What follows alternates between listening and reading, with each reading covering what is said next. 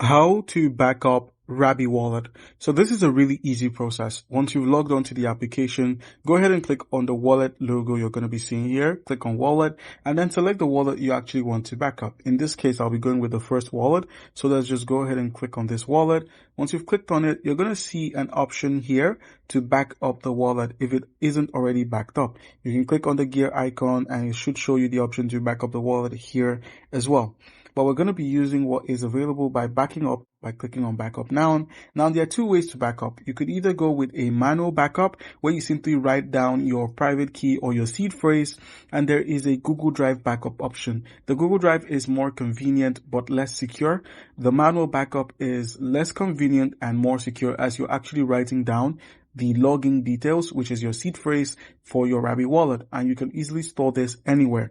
So click on the Google Drive backup, go ahead and enter your Rabby wallet password. Once you then be asked to encrypt with an app password. So keep your password safe to restore backups. Rabby Wallet doesn't store it and it can't be recovered. So go ahead and enter the password again. After that, you're going to be asked which Google Drive you want to use for your backup. Once you selected the Google account you'd like to use for your backup, just go ahead and confirm and your seed phrase and information would be uploaded to that Google Drive and stored. All right, guys, that's how it works. So